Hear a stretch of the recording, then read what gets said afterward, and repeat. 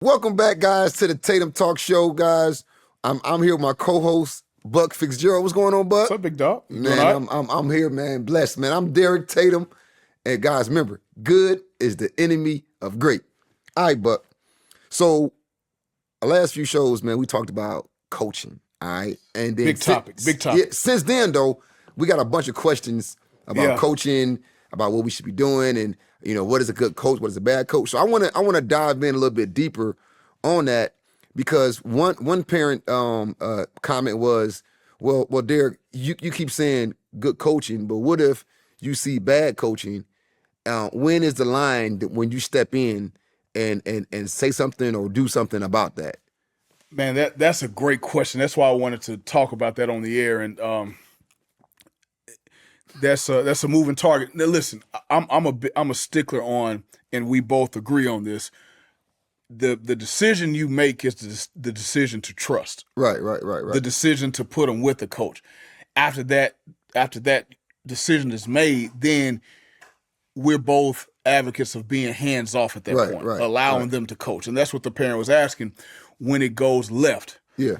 Man, you got to look for situations like, is the student athlete or the kid in physical trouble or harm, emotional trouble or harm? In those cases, you step in right away, obviously. Of course, right? Of course, you can't let like damage a be kid playing done. with concussion or something like that. Yeah, or the coach is being demeaning. Yeah. Or verbally abusive. Right. Okay, and you feel like you see your child's spirit and energy and emotions kind of deteriorating a little bit. Then you jump in. There will be a wide variety of coaches, and you can even learn from bad coaching. Right? You can. It provides a reference point, if nothing else. So I'm going to stick with the stance of still allowing things to play out. I've been in that situation with my son. In basketball, it wasn't the greatest situation. In soccer, it wasn't the greatest situation. But you have to teach your student athlete to lock in and focus and take coaching. Now, when he gets home, us being coaches, we can kind of coach over that a little bit, and some people don't have that luxury, but you have to let things play out, because what you can have, and this is what I've seen, a lot of times, and you'll appreciate this, a kid is on the court and the coach is here and dad is here. Listen to dad. And what's he doing? He listened to dad, bro. And then he starts being micromanaged. And then dad gets on him, and then he starts getting down. And then he's up. And then the coach is totally... So you can't have that. To me, that's even worse, because at least in this situation, we can say, hey, coach told you this. I'm not going to be disrespectful. The coach still do what your coach says, but this is another situation. This is another option. You can coach around that stuff. Right. So here's how I would say handle it first. First of all, and I'm big on accountability. So first things first, how good is your son? I mean, I think, man, people don't want to evaluate their kids properly, and then you say it's bad. Like, what does bad coaching mean? Like, do you really know what bad coaching is? Like, do you understand what's going on? You see what I'm saying? Like, it's a slippery slope. It isn't an excuse that your son is not performing and using bad coaching. That's what I'm saying. You're not getting the results you want. Man, they keep running the same plays over and over. Right. I'm like, now, how do you know though? Right. Like, how do you know? Like, so first thing is, I tell parents is, you got to evaluate yourself, evaluate your son, and I say this, and I've said this many times. You heard, I always say, go to practice and watch your son practice, and don't say nothing. All right, and then ask your son, does he know the playbook? Do you know the playbook? Like, okay, cool. And then watch your son in drills. Is he going hard in drills? Is he playing around? Like, is he focused? Is he locked in? Okay, if that's happening, and your son is one of the hardest workers on the team. Now, first things first, you got to just accept that, man, if it's bad coaching. Because your son got to go through some kind of adversity. That's right. So it's like, you can't really step in. I mean, if it's playing time thing, then your son can go to the coach and ask him why he's not playing. And then if he's still not playing and your son working hard, and you see, then maybe you can have a private meeting with him.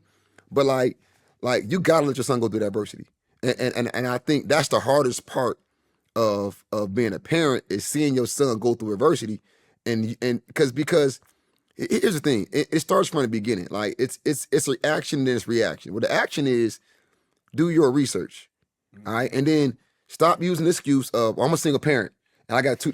Like stop. Like everybody, Nobody cares. Nobody cares about that no more. Like that story was good 20 years ago. Right. You know, right now they done ran into the ground, so people don't care about that. Like they looking for, and it just be honest with y'all, like they're looking for 2-parent homes. All right, like now you can not agree with me, you can not like what I'm saying, but I'm just telling you, they don't like they're looking for 2-parent homes. So if you're a single parent, then you got to be better.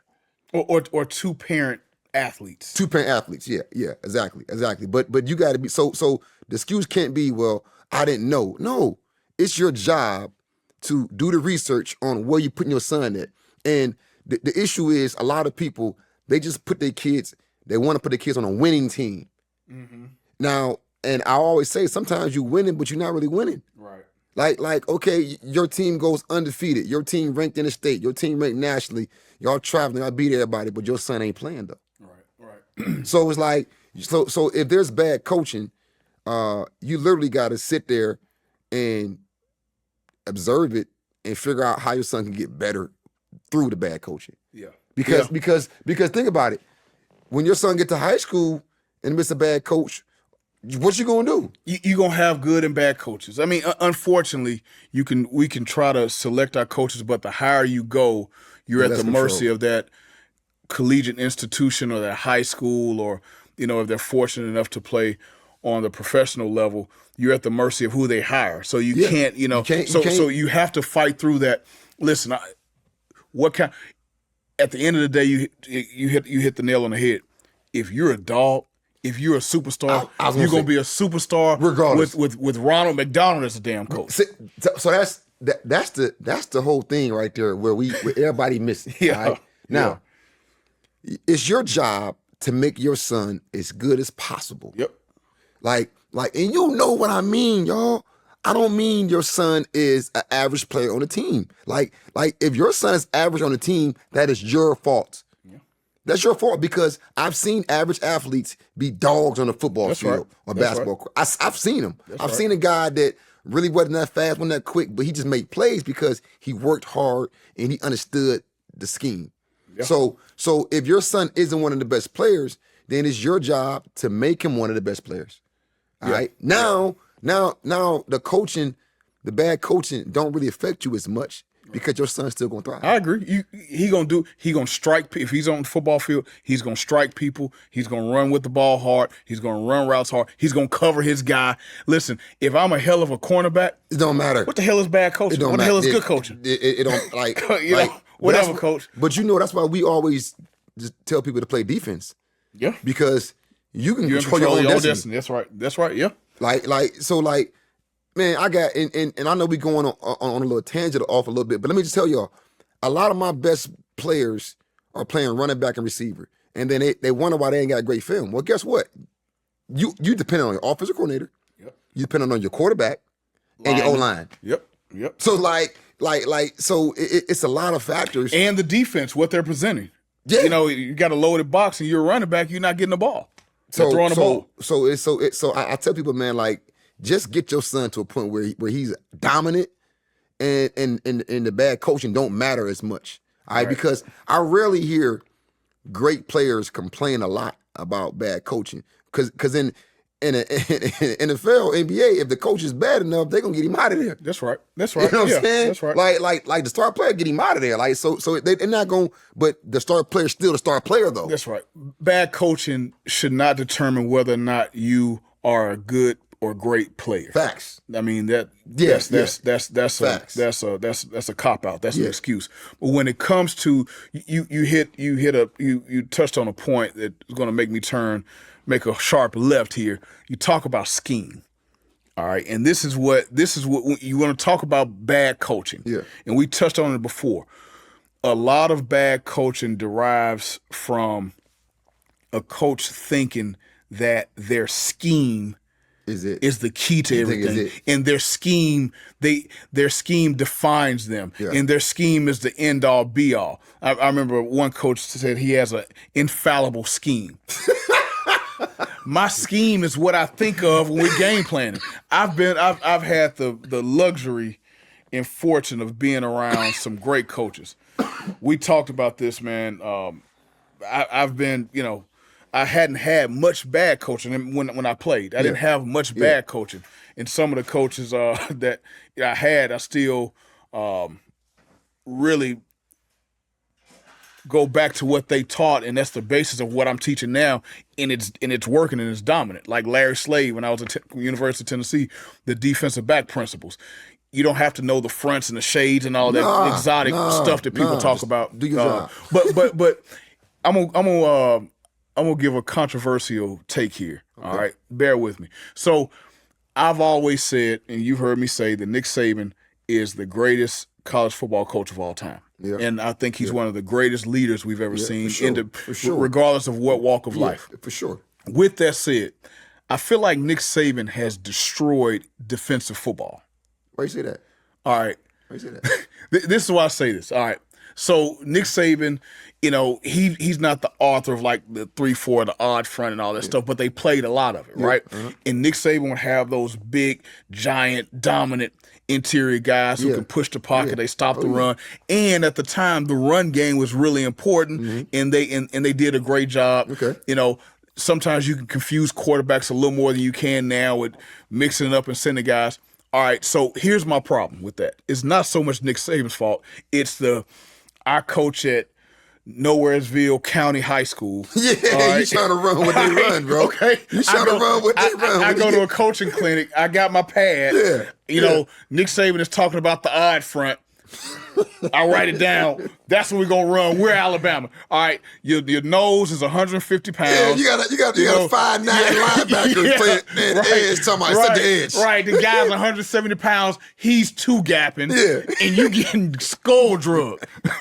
and you looking at your paper and you tapping at some bitch and you like, hold on. But in the seminar, when I watched it on TV, man, nah, man. Listen. Evaluate who the hell you have and use your football knowledge and imagination. Man, they be thinking Saban's scheme is but Saban got a scheme. Okay, but so here they think they're Saban though, and nobody can rush the passer anymore now because now you're taking out of the equation pass rushers, natural pass rushers. You're also putting guys in a situation where they don't have the angles to rush the passer anymore. So now it's gone to a pass happy game, and we're in run sets, and we're also in run positions when we're trying to rush the passer. You're seeing these even in one-on-ones. We used to have to tell guys to move in.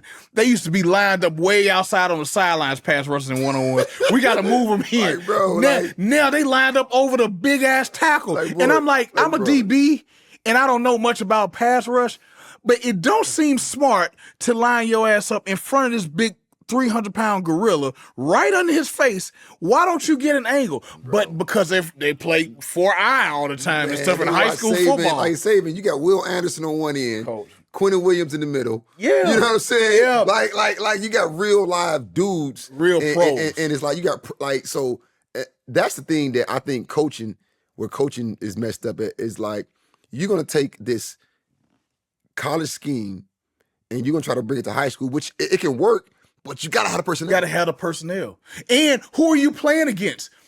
Listen, if I'm in high school, I'm probably gonna run a 50 front most times. Yeah, stop the run. I'm bringing everybody, and I'm sending pressure. You think those guys in the back who thinking about his girlfriend just broke up with him, all right, his acne, he halfway there. In some schools, he might not even be at practice. You don't have any meetings, and you running these split coverage, exotic coverages. Nah, bro, we got to hit the quarterback and cover your man. Listen, no, you say that. So let's go back to my freshman year in Kentucky, all right? And I can say this now because I'm a dope, but our DC, man, my freshman year may have been the worst DC in the country, all right? And he got a scheme from Nebraska. I'm talking about the Nebraska, the Scott Frost, Lawrence Phillips. Early 2000s, late 90s. Yeah, when they was 97, going crazy, 97, playing man-to-man press. Yeah. But they had the best D-line in the country. D-lineman. So he taking that scheme, bring it to the SEC. Now, we had some good D-linemen, right? We had some good players, but man, let's just be honest with you. And I ain't disrespecting none of my guys in Kentucky. But we wasn't Nebraska 95, dog. No. Nobody was. You know what I'm saying? Like, yeah, but y'all wasn't that at all. Yeah, so we're running Nebraska 95 scheme, where it's basically man-to-man press, send pressure, beat us because we're better than you. Right, in the SEC. Right. When everybody got 3 receivers, they're running 4-4. Right. You know what I'm saying? So that it didn't make sense, man. It didn't make sense in the SEC. All right. So I know it didn't make sense because we had players going to the league. We had players getting drafted, but we wasn't like it wasn't adding up for our record. My sophomore year, especially, we 2-9 when we got 9 guys go to the league. 2-9, bro. But we lost 6 games. We lost 7 games by 8 points or less. That you know what I'm saying? But our defense was the culprit of the beatings. Okay, let's just keep it 100. Now, and it wasn't so much that our scheme it didn't fit our players. It was that this coach personality was a bad person. All right. So it was both. It was both. So for instance, so my freshman year, and I almost transferred, and because I had a bad game. I had a bad practice, and I had bad practice because one of my friends had got killed the night before. All right. So he like, yeah, and I hate his voice, okay? And I don't hate nothing, but I hate hearing his voice, man. Yeah, Tatum, yeah, man, yeah, sorry ass practice today. What happened? And I'm like, Coach, man, look, my friend was killed last night, and I'm just not feeling good today. All right. What the fuck you get for being a thug? Damn, God damn. I'm like, what? Damn. So again, this coach is because I'm from a single parent home. I'm from Cleveland. He assumed that that's my lifestyle, and my friend was killed in a car accident. So at that moment, I wanted to physically harm this coach. I wanted to choke him. I wanted to yell at him. I wanted to punch him. And I'm like, man, if I do this, I'm going home, and I'm gonna be, and like, regardless of what happened, I'm the one gonna be messed up. Right. So that night, I called my mother. I said, Mom, I'm transferring, right? She's like, yeah, but where you gonna go? I don't know, Mom. F this coach. He forget that. I believe he's racist. I don't like him, and he's just a bad person. She said, yeah, but where you gonna go? You're not coming back home. Right. So and again, these was times you couldn't just transfer and top in a transfer portal. Right. Like if you transferred back in the day, you had to sit out 1 year, go to JUCO, and then transfer back up, transfer down, or transfer down. So it couldn't wasn't transfer again. No, and you couldn't transfer one time, and then you transfer in conference, you had to sit out 2 years. Yeah.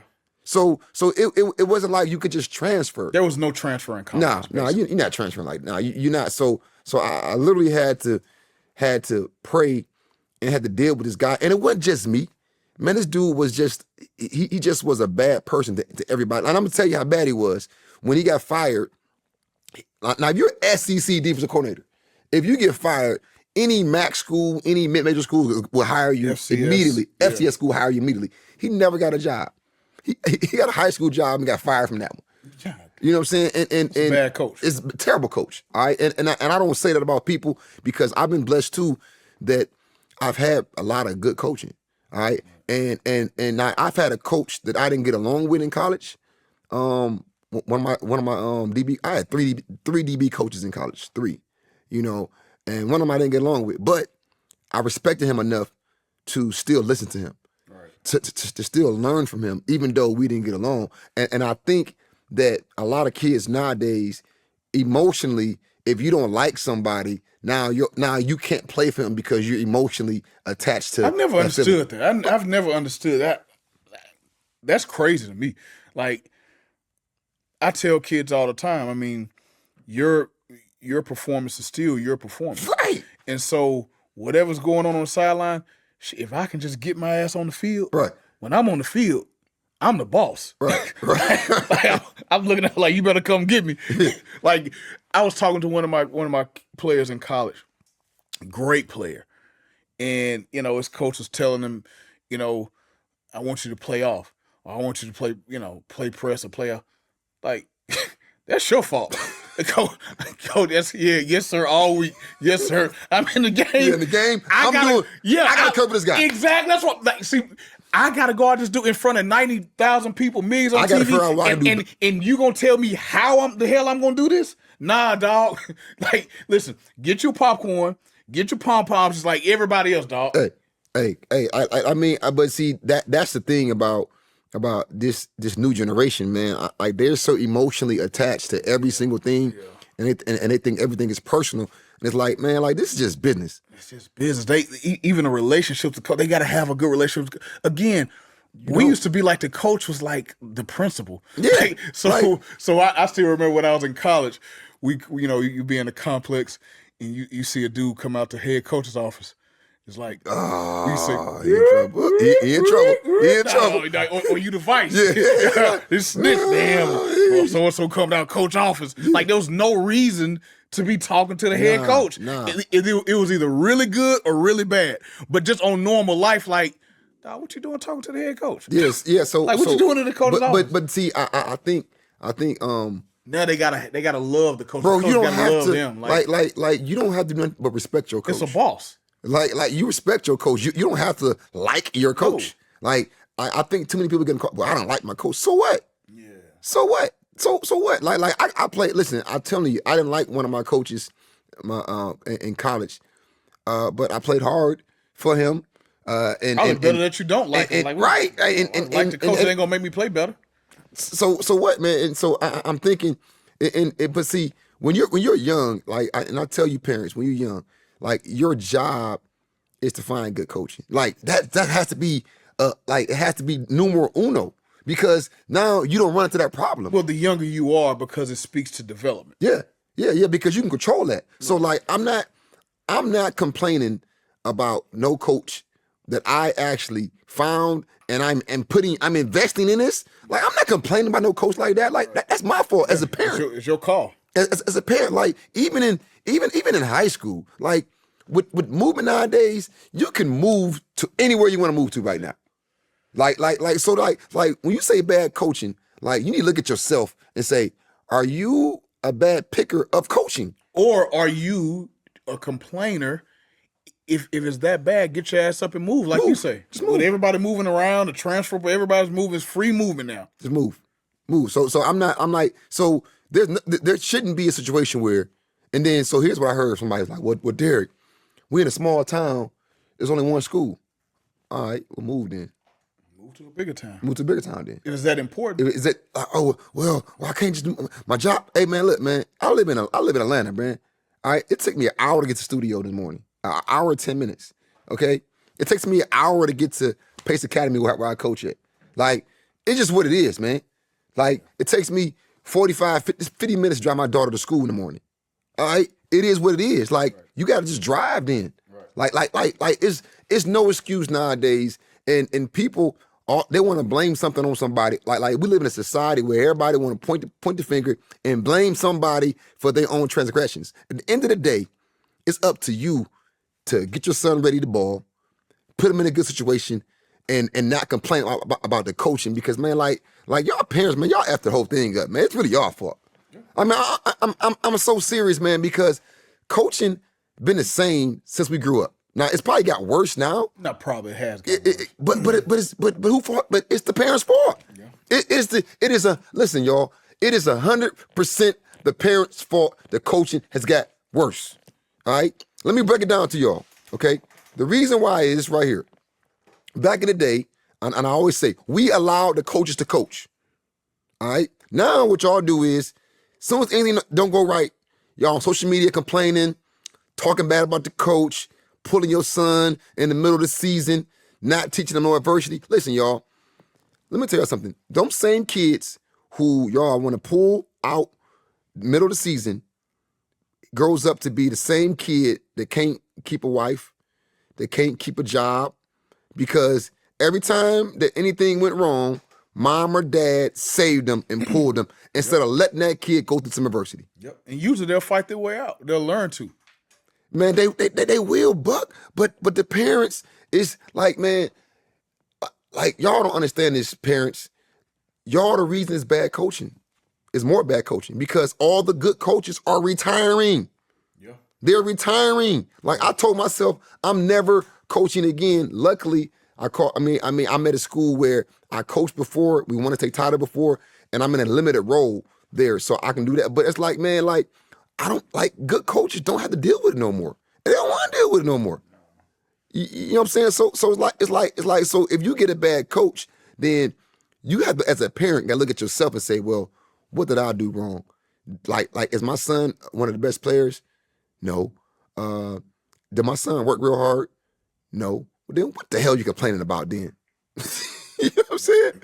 So that I don't get it, man. I don't get it because when I watch sports and I'm like, okay, this coach right here is average. This coach is average. You can see it. Right. Like you can see it. So if you're a parent and you're watching this team and the team is winning, but are they winning because the scheme, or are they winning because they just got better players? All right, or is this team that's 5-5? Are they 5-5 because they don't have good players or they don't have good coaching? Like you got to figure that out and understand that. Like I watch teams that are 500. I'm like, man, this team just play hard. This team is disciplined. They just don't have enough talent. Well, and also, I guess we got to educate people on what does a good coach look like? What are those characteristics that you should be drawn to? All right. And so, I talk to, and again, this social media world, the opinions that people have are so damn stupid.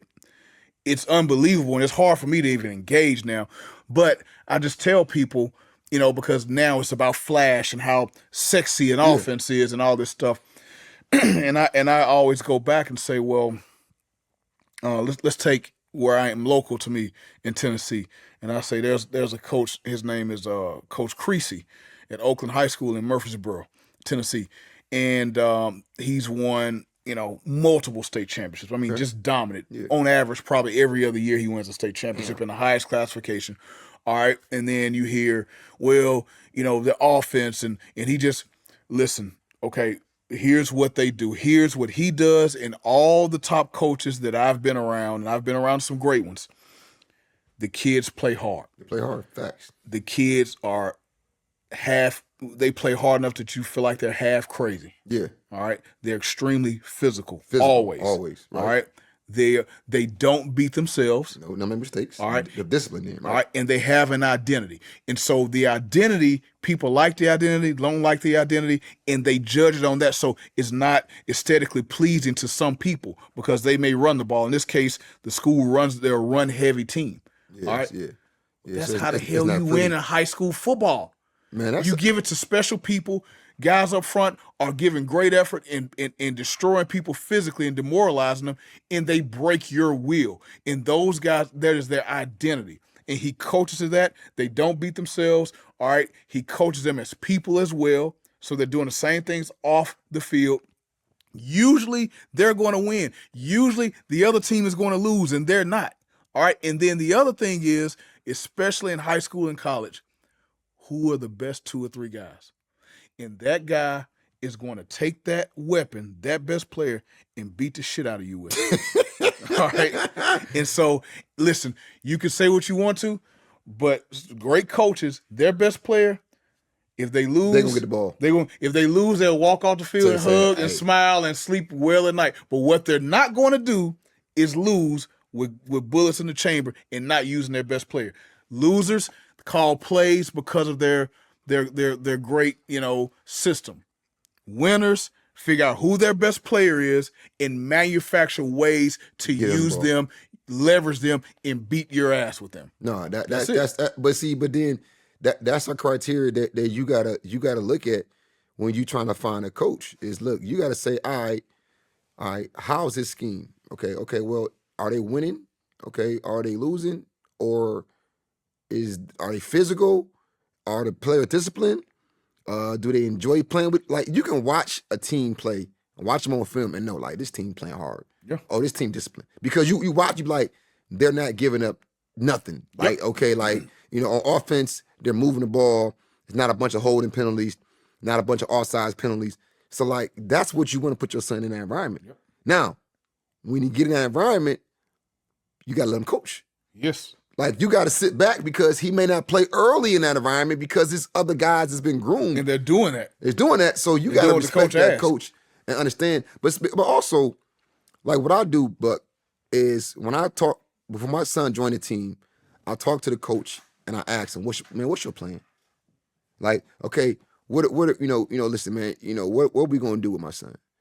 And I'm not asking him like you can cater around my son, but I'm just asking, are you gonna utilize my son? And I want to know that. Right. And what's his role? Yeah, what's his role? What's his role? You know what I'm saying? Because if my son ain't good enough, I get it. But if he is, then I want him to be utilized. And these are questions that I think every parent, when they sit down before they go put their son on a team just because they friend play on a team, like, go put your son in a situation that's good for him. Well, and also a good situation is once you guys are agreeable on his role, then we have to all get behind that role and make sure the young man is operating in that role. So, for example, my kid is young. Hey, what's his role? Coach, he's going to be on kickoff, Cool. All right, hey, man, everything we do, we get home, hey, did you strike with this shoulder? Did you keep your left hand out on kickoff? Do we need to get bigger, stronger, faster so we can go down there and strike? We got to execute that role, and then my role will expand. But, again, it's you're getting clarity. Like you said, as a parent, we're getting clarity. I can't argue with that role. If I don't like it, then next year we can move on somewhere. But right now, we have to execute on our role. Facts, man. And guys, we're going to end on that note right there, guys. I mean, bottom line is, we had a recap is with coaching, there's going to be good coaching, there's going to be bad coaching. But you as a parent, you got to figure out where you're going to put your son at. And then you got to accept that role. Or daughter. Yeah, you're right. And then you got to figure out, like, okay, now I'm going to sit back and be a parent. All right? So again, guys, this is the Tatum Talk Show, guys. We're good. Is the enemy of great. This is Buck Fitzgerald. I'm Derek Tatum. And guys, remember, subscribe. If you want to see more content like this, hit the subscribe button.